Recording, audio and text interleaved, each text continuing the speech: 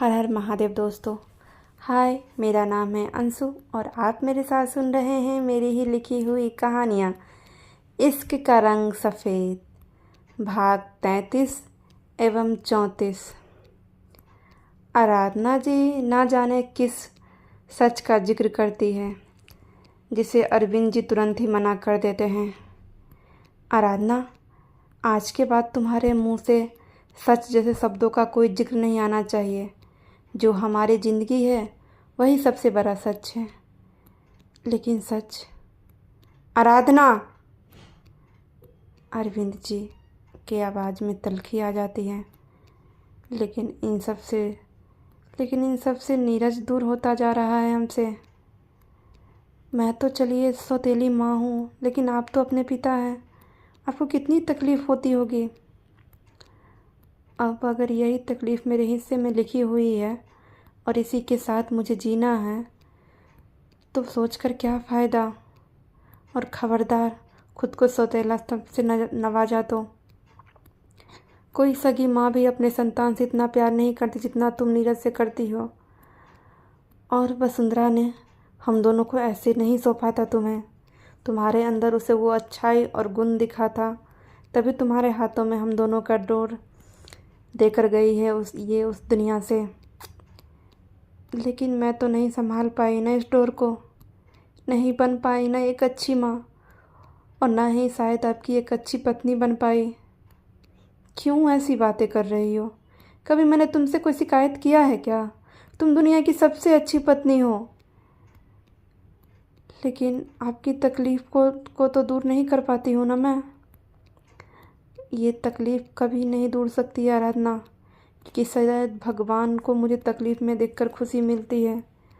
तभी तो भगवान ने पहले वसुंधरा को छीन लिया और फिर मेरे बेटे को मुझसे दूर कर दिया। कहते कहते अरविंद जी की आंखें भर जाती हैं, जिन्हें वो जब्त कर लेते हैं। दुनिया का कैसा नियम है ना, मर्द अपने दुख पर आंसू भी नहीं बहा सकता है। देखिएगा, एक दिन सब कुछ ठीक होगा। नीरज आपको और हम दोनों को समझेगा। पता नहीं आराधना, कब वो दिन आएगा जब वो पहले की तरह मुझे डैड कहकर बुलाएगा। जितनी बार मुझे वो मिस्टर सक्सेना कहता है ना, मेरा दिल 1000 टुकड़ों में कट कर रह जाता है। ऐसा लगता है जैसे वो कोसों दूर मुझसे चला गया है और मैं चाहकर भी उसे अपने पास नहीं ला पा रहा हूँ। कभी कभी बहुत तकलीफ़ होती है, लेकिन इस तकलीफ़ से कैसे बाहर निकलूँ, कुछ रास्ता नज़र नहीं आता है।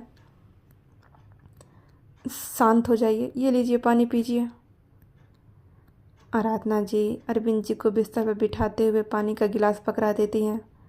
अरविंद जी पानी के गिलास रखकर बेड पर रखा हुआ एल्बम उठा लेते हैं, जिसमें वसुंधरा और अरविंद जी और नीरज की बहुत सारी तस्वीरें थे। कितना अच्छा उनका परिवार था। जान छिड़कने वाली पत्नी थी, इतना प्यारा बेटा था, इतना अच्छा घर परिवार। फिर एक हवा का झोंका आया और सब कुछ बिखेर कर ले गया। ऐसा उनके साथ ही क्यों हुआ? अगर एक पति के जाने से दुनिया सुनी हो जाती है, तो एक पत्नी के जाने से भी दुनिया के साथ साथ घर परिवार सब सुना हो जाता है, सब कुछ बिखर कर रह जाता है। वसुंधरा जी से बहुत प्यार करते थे। अगर शायद उनकी जिद आगे नहीं आती तो शायद ही आराधना जी को अपनी ज़िंदगी में लेकर आते। लेकिन वसुंधरा जी भी अरविंद जी से बहुत प्यार करती थी, तो वो भला अपने प्यार को तकलीफ़ में देखकर उन्हें कैसे खुशी मिलती। इसलिए अपने जीते जी ही अपने पति के लिए और अपने बेटे के लिए एक योग्य माँ और एक योग्य पत्नी ढूंढ कर चली गई थी। बेचारी कोशिश तो बहुत की थी कि उनकी कमी किसी को ना खले, लेकिन हर एक इंसान का एक ख़ास स्थान होता है जो कोई नहीं ले सकता है। और आज भी अरविंद जी के दिल में वो अपनी पहली पत्नी वसुंधरा जी के लिए वही ख़ास स्थान था, जिससे आराधना जी को कोई तकलीफ़ नहीं थी। क्योंकि किसी का स्थान छीनने से अच्छा होता है कि अपना स्थान बनाया जाए। और धीरे धीरे इस चीज़ में वो कामयाब भी हो गई थी। अरविंद जी ने उन्हें पूरे दिल से अपनी पत्नी स्वीकार कर लिया था, सारे अधिकार भी दे रखे थे। बस एक कमी थी, तो नीरज की सहमति की, जो कभी भी अपने पिता की दूसरी शादी को स्वीकार नहीं कर पाया था और अपने मन में नफ़रत पालते हुए बड़ा हो गया था। अरविंद जी एक एक तस्वीर को छू कर देख रहे थे। तुम्हें पता है आराधना, नीरज को वाटर पार्क जाने का बहुत शौक था और वसुंधरा हमेशा उसकी सर्दी को लेकर परेशान होती थी, क्योंकि हमेशा उसे ज़रा सा भी नहाने के बाद सर्दी लग जाती थी। लेकिन नीरज उतना ही ज़िद्दी था, हर वक्त वाटर पार्क जाने का जिद करता रहता है और जैसे ही गर्मी आता था हर संडे को उसे वहीं जाना रहता था। देखो ये तस्वीर है जब नीरज 5 साल का हुआ था और वो पहली बार वाटर पार्क गया था। बहुत खुश था उस दिन वो, इतना मुझे प्यार किया था, मेरे गालों को चूमा था, ये कहते हुए कि मैं दुनिया का सबसे अच्छा डैड हूँ। लेकिन अब तो मैं उसका डैड ही नहीं हूँ, अब तो मैं मिस्टर सक्सेना बन चुका हूँ, जिसकी बर्बादी के वो रास्ते ढूंढ रहा है। लाइए दीजिए, जितना आप इस एल्बम को देखते हैं ना उतनी आपको तकलीफ़ होती है। चलिए नीचे चलते हैं, नाश्ते पर सब इंतज़ार कर रहे होंगे। तुम चलो, मैं मुंह हाथ धोकर आता हूँ। आराधना जी अरविंद जी के कपड़े निकाल कर नीचे चली जाती है। नीचे भावना जी डाइनिंग टेबल पर चाय नाश्ता लगा रही थी। सब अभी अभी ऑफिस से आए थे, इसलिए सब अपने कमरे में चेंज कर रहे थे। भावना, तुमने समोसे तल दिए? हाँ भाभी, मुझे अपनी जिम्मेदारी का एहसास है। अच्छी बात है। आराधना जी बाकी का काम करने में जुट जाती है। आपका भी ठीक है ना भाभी, इस उम्र में भी आपके रोमांस ख़त्म नहीं होता है। आराधना जी बैठते बैठते रुक जाती है। क्यों, तुम्हें क्यों जलन हो रही है? भगवान ने तुम्हें भी पति दे रखा है, तुम भी रोमांस करो। क्या भाभी, अब आपकी तरह हर कोई बेशरम थोड़ी होता है। भावना, अरे मिर्ची क्यों लग रही है आपको? पूरी दुनिया को आप दोनों बेवकूफ़ बना सकते हैं, मुझे नहीं। मुझे सच्चाई अच्छी तरह से पता है। तो ठीक है, उस सच्चाई को अपने मन में जपती रहो, इसके अलावा तुम कर क्या सकती हो? अरे अपने पति के साथ समय बिताने को बेशरम कहते हैं तो ठीक है, मैं बेशरम ही हूँ।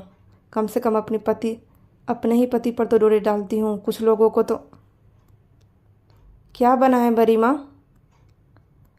शरद जी की आवाज़ सुनकर आराधना की आधी बातें गले के अंदर ही रह जाती है और चेहरे पर मुस्कान ले आती है। भावना जी भी खुद को नॉर्मल कर लेती है। ब्रेड पकौड़ा और समोसा बनाया है, तुम्हें बहुत पसंद है ना? वाह बड़ी माँ, आप तो ग्रेट हैं। आपको कैसे पता मेरे पसंद के बारे में इतना पता रहता है? और आपको कैसे पता लग जाता है कि आज मेरा क्या खाने का मन है? क्योंकि मैं तुम्हारी बड़ी माँ हूँ तो मुझे सब कुछ पता रहता है। आराधना जी उसके गाल पर प्यार से हाथ रखते हुए बोलती है। आप सच में बहुत स्वीट है और ये पकौड़े बहुत टेस्टी है। शरद प्यार से आराधना जी के गालों को चूमता हुआ बोलता है। धत, क्या करता रहता है? इसे प्यार कहते हैं बड़ी माँ। हाँ, बस हमेशा मुझे ही प्यार करता रहे, ये नहीं कोई सुंदर सी लड़की लेकर आएगा उस पर जाकर प्यार पटाएगा। क्या बड़ी माँ, कोई सुंदर सी लड़की आपकी जैसी थोड़ी ना हो सकती है। आप दुनिया की सबसे सुंदर बड़ी माँ हैं। आराधना जी और शरद का प्यार देखकर भावना जी झलबुन उठती है।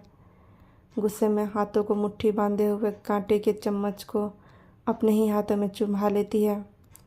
मेरा सब कुछ छीन कर आपको चैन से नहीं रहने दूंगी। भावना जी मन ही मन गुस्सा से बरबरा रही थी। आपका भी सुख चैन छीन लूँगी, सब कुछ मेरे हाथ में होगा। ये घर, ये ओहदा, सब चीज़ मेरा है। और नीरज, वो तो मेरे ही हाथ में रहेगा। आखिर छोटी माँ जो हूँ मैं उसकी। दूसरी तरफ 2.5 घंटे बाद नीरज की मीटिंग ख़त्म होती है। अपने कान से हेडफोन निकालता है तो बाहर उसे शोर सुनाई देती है। नीरज झट से लैपटॉप बंद करके कॉरिडोर का सीसीटीवी फुटेज चला देता है। बाहर का सीन देखकर उसकी आंखें हैरानी से भरी हो जाती हैं। लैपटॉप बंद करके अपने चेयर पर से बाहर की तरफ तेज़ी से आता है और दरवाज़ा खोलते ही चिल्ला पड़ता है, क्या हो रहा है यहाँ पर? जो जहाँ थे सब वहीं फ्रीज हो जाते हैं। मैं पूछ रहा हूँ क्या हो रहा है यहाँ पर? ऐसा लग रहा था सबके जुबान में लकवा मार गया है। ईशान भी हैरानी से नीरज को देख रहा था और अपनी हालत को देखता है। मोनिका 2 घंटे से बैठ कर उब चुकी थी, लेकिन ईशान अपना काम कर रहा था। उसने वहीं पर अपना एक छोटा स्टूल जमा कर लैपटॉप पर काम चालू कर दिया था, इसलिए 2 घंटे कैसे बीत गए उसे पता ही नहीं चलता है। लेकिन खाली बैठी मोनिका को अच्छी तरह से पता चला था। उसके गुस्से का पारा हाई हो जाता है। ईशान को व्यस्त देखकर वो उठकर नीरज के केबिन की तरफ कदम बढ़ा देती है, लेकिन ईशान भी चीते की फुर्ती से झट से उसके सामने आकर खड़ा हो जाता है। मैम, थोड़ी देर वेट कर लीजिए ना, बस सर का मीटिंग ख़त्म ही होने वाला होगा। तुम कुछ ज़्यादा नहीं उड़ रहे हो? हटो मेरे रास्ते से, नहीं तो तुम्हारे लिए ठीक नहीं होगा। और नीरज ऐसी कौन सी मीटिंग कर रहा है जो अब तक उसकी मीटिंग ख़त्म नहीं हुई है? कहीं किसी लड़की के साथ अंदर तो नहीं है? लगता है किसी लड़की के साथ ही अंदर है, तभी इस चौकीदार को खड़ा कर रखा है। मैं देखती हूँ कौन मोनिका को टक्कर देने आ गई है। कहीं वो सीना चुड़ैल तो नहीं फिर से नीरज के पास तो नहीं आ गई? आज तो मैं उसे छोड़ूंगी नहीं। मोनिका मन ही मन ख्याली पुलाव बना चुकी थी और नीरज को और सीना को एक दूसरे से लिपटे हुए इमेजिन भी कर चुकी थी। वो तेज़ी से नीरज की कैबिन की तरफ बढ़ती है। ईशान उसके सामने अपना हाथ आगे कर देता है। मैम प्लीज़ ज़िद मत कीजिए, नहीं तो मुझे एक्शन लेना होगा। तुम एक्शन लोगे? मैं भी देखती तुम कैसे मुझे रोकते हो।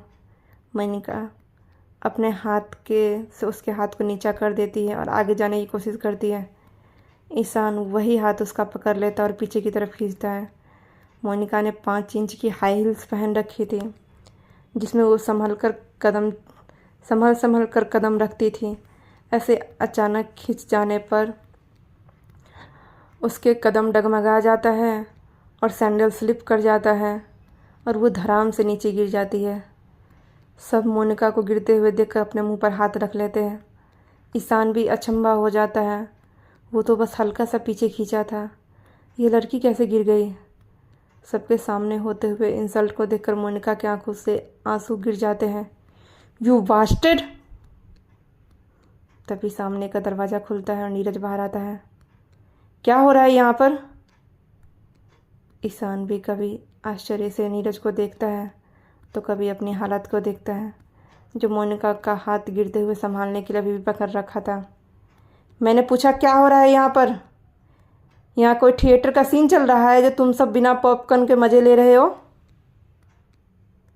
नीरज सभी कलीग्स को घूरते हुए बोलता है। मिश्रा साहब। जी सर। एक आधे उम्र का व्यक्ति अपने डेस्क पर से उठकर नीरज के पास आता है। कल से सबका ओवर टाइम लगाइए, क्योंकि शायद सबको काम पर कम पड़ गया है, इसलिए तमाशा देखने के लिए यहाँ पर जमा है और ओवर टाइम का पैसा किसी को नहीं मिलेगा। सबका संडे भी कैंसिल कीजिए। Okay sir. सारे कलीग्स पनिशमेंट सुनकर परेशान हो जाते हैं। Sorry sir. लेकिन नीरज बिना किसी की तरफ ध्यान दिए हुए मोनिका की तरफ घूम जाता है। अब तुम्हें क्या है, वहाँ से उठने के लिए अलग से किसी को बुलाना पड़ेगा या हड्डियाँ टूट गई है तो एम्बुलेंस बुला दूँ? नीरज, मैं यहाँ गिरी नहीं हूँ, तुमने मुझे सुना रहे हो। इस लड़के ने। गिरी हो तो क्या हमेशा गिरी हुई रहोगी? खुद उठ नहीं सकती हो? Ishan, come to my cabin, और तुम जल्दी से उठकर अंदर आओ। मोनिका अपमान का घूंट पीकर रह जाती है। कहाँ उसे लगा था नीरज उसे प्यार से उठाने आएगा और कहाँ उसने उठाने की भी जहमत नहीं की थी। मोनिका गुस्से से उठकर खड़ी हो जाती है और ईशान नीरज के कैबिन के अंदर तरफ चली जाती है। अब बताओ क्या हो रहा था? मैं बताती हूँ नीरज, तुम्हारा ये एम्प्लॉय बहुत ही बदतमीज है। इसने 2 घंटे तक मुझे बाहर रोक कर रखा है। मैं भी तुम्हारे काम के बारे में सोचकर 2 घंटे तक बाहर रुकी हुई थी, लेकिन जैसे ही तुम्हारे 2 घंटे पूरे हुए, तुम्हारी मीटिंग ख़त्म हुई, मैं अंदर आने की कोशिश की, लेकिन तब ये लड़का मेरा रास्ता रोक कर खड़ा हो गया। और जब मैं इसकी बात नहीं मानी ना, तो इसने मुझे धक्का देकर गिरा दिया। मोनिका नमक मिर्च लगाते हुए नीरज के सामने बात परोस देती है। मुझे कुछ नहीं पता है नीरज, आज तुम इस लड़के को ऑफिस से बाहर निकालोगे। तुम्हें कुछ कहना है? नीरज ईशान की तरफ देखते हुए बोलता है। नहीं सर, मैं बस आपका ऑर्डर फॉलो कर रहा था और मैंने मैम को धक्का नहीं दिया था, बस रोकने की कोशिश की थी, लेकिन शायद अनजाने में ही धक्का लगकर गिर गए। इसके लिए आई एम सॉरी। नहीं नीरज, ये झूठ बोल रहा है। इसने मुझे जानबूझकर धक्का दिया है और गिराया है। तुम अभी के अभी से फायर करो। ईशान खामोशी से खड़ा था। ठीक है ईशान, तुम बाहर जाओ। मेहता एंड सन्स वाले फाइल का एक PDF बना लो। Okay sir. ईशान चुपचाप बाहर चला जाता है। नीरज, मैंने तुम्हें उसे निकालने के लिए कहा था। मोनिका गुस्से से टेबल पर हाथ पटकते हुए बोलती है। और तुम होती कौन हो मुझे ऑर्डर देने वाली? नीरज गुस्से से अपने फाइल को पटक कर बंद करते हुए बोलता है।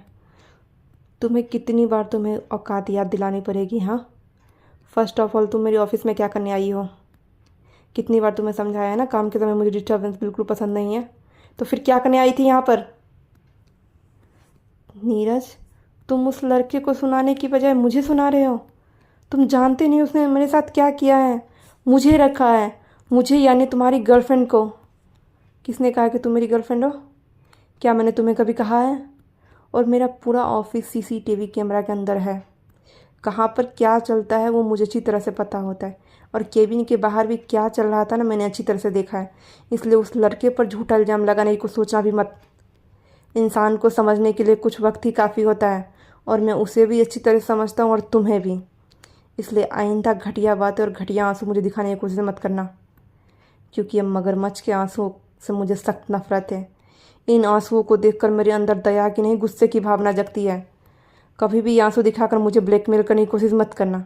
अब जाओ यहाँ से, नहीं तो धक्के मारकर निकालूंगा। तुम्हारे बाप को पसंद नहीं आएगा। नीरज, तुम ठीक नहीं कर रहे हो। हमेशा मेरी इंसल्ट करते हो। तो ऐसी काम क्यों करती हो हमेशा? मैंने तुमसे कहा था यहाँ पर आने के लिए। हम बस अपना फिजिकल नीड पूरा करते हैं। तुम पता नहीं खुद को क्या समझने लग जाती हो और अजीब अजीब तरह के रिलेशन बनाने लग जाती हो। मैं ये फालतू का रिलेशन बनाने के लिए नहीं जी रहा हूँ। मेरा मकसद अलग है, मेरा जुनून अलग है, समझी तुम? आइंदा खुद को गर्लफ्रेंड और मुझे बॉयफ्रेंड जैसी चीज़ी नामों से बुलाने की कोशिश मत करना। अब तुम जाओ, मुझे बहुत काम है। मोनिका अपने आंसुओं को पोंछते हुए कैबिन से बाहर निकल जाती है। ईशान कोई फाइल लेकर अंदर आ रहा था।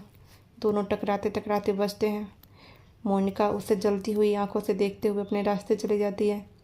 ईशान भी एक नज़र देखते हुए नीरज के केबिन की तरफ बढ़ जाता है। हर हर महादेव दोस्तों। तो कैसा लगा आज का भाग, बताइएगा ज़रूर। Thank you.